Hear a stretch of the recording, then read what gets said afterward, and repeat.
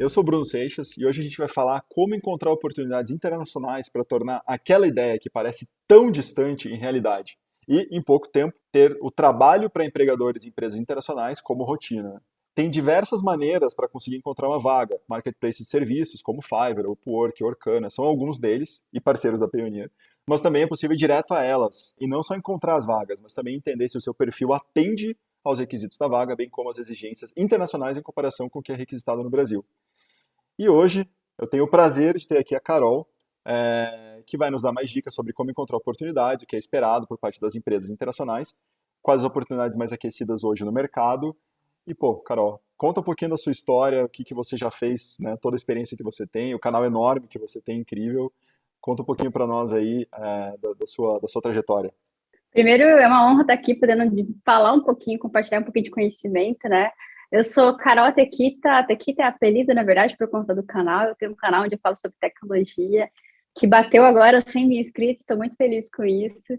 E muitas pessoas que acreditaram no meu trabalho de criação de conteúdo. Eu estou nesse mercado de tecnologia tem mais de 12 anos e é meio que um propósito ajudar as pessoas que estão começando e estão meio perdidas ali. Então, no meu canal eu falo sobre freelancer, justamente falando das plataformas que você citou ali no começo, falo também sobre carreira em tecnologia, ajuda as pessoas que estão buscando oportunidade internacional. Hoje eu trabalho como engenheira de software na Riot Games, através da Acting. Tem mais ou menos 10 meses que eu estou nessa oportunidade internacional. E antes disso, eu trabalhei durante muito tempo como freelancer em projetos internacionais também. Então, é um prazer poder compartilhar um pouquinho e desmistificar algumas coisas em relação a essa carreira internacional, né? O prazer é todo nosso, que vai aprender muito contigo aqui. Tem uma ideia de que é simples e fácil para programadores encontrarem vagas com salários altíssimos internacionalmente, ganhando milhões. Como que é isso na prática? Isso procede? Não é bem assim? Como é que funciona? Eu acho que o mercado está extremamente aquecido, porque a gente está com um gap de profissionais muito grandes. E quando a gente fala nisso, é um mercado global mesmo. Então, assim como no Brasil a gente vê que ele está aquecido, tem muitas vagas ali, lá fora também. E acontece que a pandemia rompeu muito essa barreira geográfica. Então, as empresas começaram a vir muito para cá e buscar talento, especialmente falando da América Latina, por conta da diferença da moeda. A moeda forte é as moedas que a gente tem aqui. Então, acabam sendo ofertas de trabalhos muito atrativos para esses profissionais que estão em falta lá fora. Então, sim, é um momento super propício para conseguir uma carreira internacional, mas não é esse oba-oba que a gente pode vender, tipo assim, é fácil. Não, não é fácil, porque essas empresas elas estão buscando perfil específico de profissionais. Então, dificilmente elas vêm aqui para buscar profissionais que não têm experiência. Então, quem está começando, quem está aprendendo ainda, tem que fazer uma base para conseguir se candidatar para esse tipo de vaga, porque normalmente elas estão em busca ali do mid-level para cima. Então, são profissionais que estão com pelo menos 3 anos de experiência aí no mercado e tem que ter um inglês legal. Não precisa ser fluente, mas tem que ter um inglês legal. Só nesse perfil a gente já exclui uma boa parte de pessoas que ainda não estão prontas para essas vagas, mas tem muita oportunidade. Qual que é a lição de casa que todo mundo tem que fazer para estar pronto antes de sequer se aplicar para uma vaga internacional? Eu acho que primeiro é ter essa base bem consolidada e se preparar para o processo de aplicação, porque assim, os processos de entrevista lá fora, eles são muito mais focados em conceitos fundamentais. Então, você tem que ter uma base muito boa de lógica e algoritmo, você vai passar por várias fases de avaliação, normalmente. Aqui no Brasil é muito comum você ter uma entrevista técnica só, lá é muito comum você ter o que eles chamam de Zoom interview, que são rodadas de 4, 5 entrevistas, onde você vai ser abordado de diferentes formas, ali com diferentes desafios. Então é legal quem quer se candidatar para esse tipo de vaga, ter em mente que vai passar por um processo um pouco mais desgastante, no sentido de exigir um esforço maior, e se preparar para isso, né?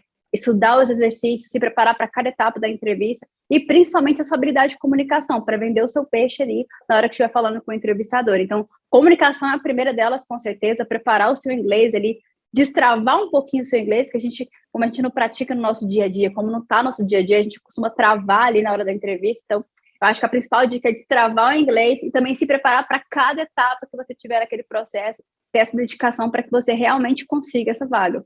Qual que foi o teu maior impacto vendo que, pô, eu tinha essa maneira de lidar com empregadores brasileiros ou com o pessoal no Brasil, e daí eu tive esse grande impacto quando eu estava na minha primeira entrevista, oportunidade internacional, e isso me pegou de surpresa. Eu acho que a questão cultural ela é muito forte, sabe? Porque esse impacta na nossa forma de se comunicar. Então, principalmente quando a gente fala de trabalho internacional, quando eu estou falando de trabalho remoto, principalmente, quando a gente tem diferenças de horários muito grandes, eu acho que isso no começo é um baque muito grande de entender como que a comunicação funciona. Aqui no Brasil, a gente tem um modelo remoto de trabalho, mas as empresas, a maioria delas não estão prontas para o trabalho remoto, porque é tudo muito síncrono. Então, você está conversando com alguém do seu time, você é como se fosse um bate-papo ali, como se a pessoa estivesse ali na sua frente. E quando você vai trabalhar num time remoto, para você pode ser 10 horas da manhã e para a pessoa pode ser 10 horas da noite, ela não está ali. Então, você tem que aprender a se comunicar de uma forma diferente, de uma forma mais direta e efetiva. No começo, eu senti um baque muito grande, porque a gente, como brasileira, assim, falando, eu acho que a gente tem muito essa coisa calorosa de querer falar, oi, tudo bem, fazer aquele rodeio ali antes de tocar no assunto. Eu, pelo menos antes, eu achava que eu era muito sem educação quando eu já chegava direto ao assunto. Agora eu tento ser o máximo direta possível, porque ninguém tem tempo para ficar fazendo rodeios ali, esperando a pessoa responder. Então, acaba que você muda totalmente a sua forma de se comunicar e entende que é preciso se comunicar de uma forma mais direta, né? Então, essa questão cultural ali da comunicação, acho que pegou bastante.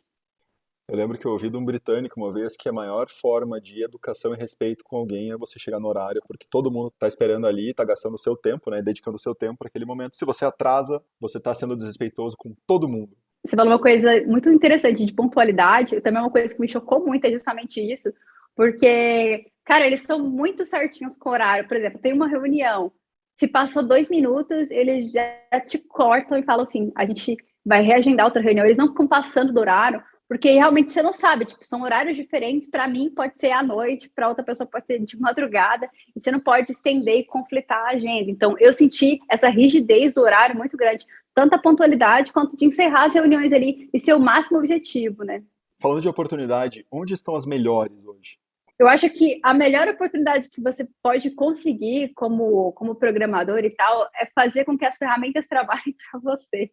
No sentido de que, ao invés de você começar a procurar essas vagas, que seu perfil se torne atrativo o suficiente para as empresas irem atrás de você.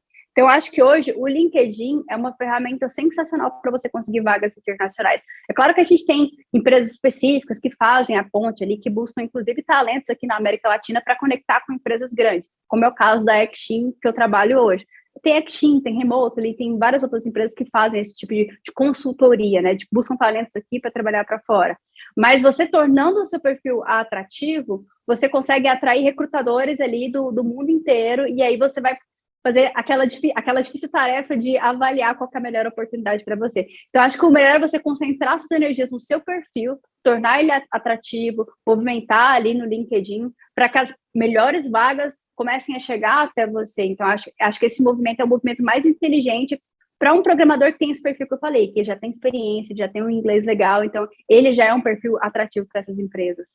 E para quem ainda não está lá, as plataformas elas podem ajudar a começar, pelo menos, numa categoria mais básica, daí ele ir crescendo até chegar nesse ponto de ser tão interessante a ponto de ser requisitado por várias empresas?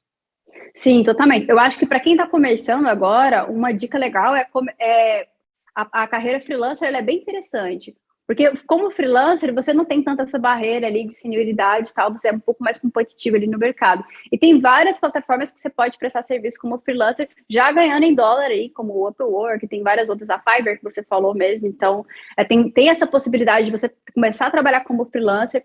Algumas empresas até buscam profissionais júniores aqui na América Latina, mas são poucas. Mas o que eu diria é, comece a se preparar com alguns freelas internacionais. Por exemplo, eu sou programador, estou aqui, sou júnior em uma empresa brasileira. Poxa, deixa eu começar a pegar uns freelas internacionais, porque isso vai me ajudar não só a trabalhar minha comunicação, a já me adequar ali, entender como que funciona esse trabalho internacional, vai me dar experiência, vai me preparar para essas empresas que estão buscando profissionais um pouco mais experientes. Vai me dar essa experiência, né? Vai me tornar um pouco mais atrativo. E a sua jornada em específico, né? O que que você enxerga nela que pode virar um conselho para quem ainda está pensando ou se preparando para uma carreira internacional, remota principalmente, ou como nômade digital, enfim. O que que você aconselha aí? Eu acho que a minha jornada, o que eu gosto de compartilhar muito em relação à minha jornada é que ela é um pouco fora da curva no sentido de que eu entrei no mercado como freelancer, eu já comecei como freelancer, então eu não segui aquele movimento natural de em estágio, virar júnior, virar pleno, sempre. Quando eu entrei no mercado de fato para trabalhar dentro das empresas, eu já era sênior. Então, acho que é um pouquinho assim, sair um pouquinho fora da caixa e entender que você pode construir seu próprio caminho. A carreira freelancer também é uma carreira muito interessante para você poder ganhar oportunidades do mundo inteiro. É um modelo que lá fora é muito mais popular do que aqui no Brasil, então você tem muito mais plataformas internacionais de freelancer do que aqui no Brasil. E é uma possibilidade de você começar a experimentar essa questão ali dessa experiência internacional, né? Trabalhar para fora. Então, eu acho que o freelancer me ajudou bastante, porque apesar de eu ter entrado na Steam, tem 10 meses que eu estou ali na Riot Games, já tinha muitos anos que eu trabalhava como freelancer para empresas internacionais. E ter essa experiência nessas empresas internacionais como freelancer mesmo, me ajudou bastante a conseguir essa oportunidade. Então, por mais que eu não tivesse trabalhado como colaboradora nas empresas, eu já tinha um currículo legal, porque eu já tinha feito freelas para o mundo inteiro, sabe? E eu acho que no freelance você acaba sendo um pouco mais competitivo, porque o que importa é o seu potencial em se vender, né? Você tem que saber se comunicar e vender os seus serviços. Bom, muito obrigado pela participação. Acho que foi incrível. A gente dividiu um pouquinho só, né? Você tem muito mais, quem quiser. E eu recomendo muito visitar o Carol da Canal. Meu Deus, o Carol da Canal. Bom, Carol, muito obrigado pela sua participação. Foi incrível ter um pouquinho só, né, do seu conhecimento aqui dividido com todo mundo. Eu recomendo para quem quer saber mais visitar o canal da Carol e acompanhe também os outros vídeos da série para se preparar para a sua carreira internacional, seja ela estando no começo, no meio ou já avançada. Muito obrigado e até o próximo vídeo.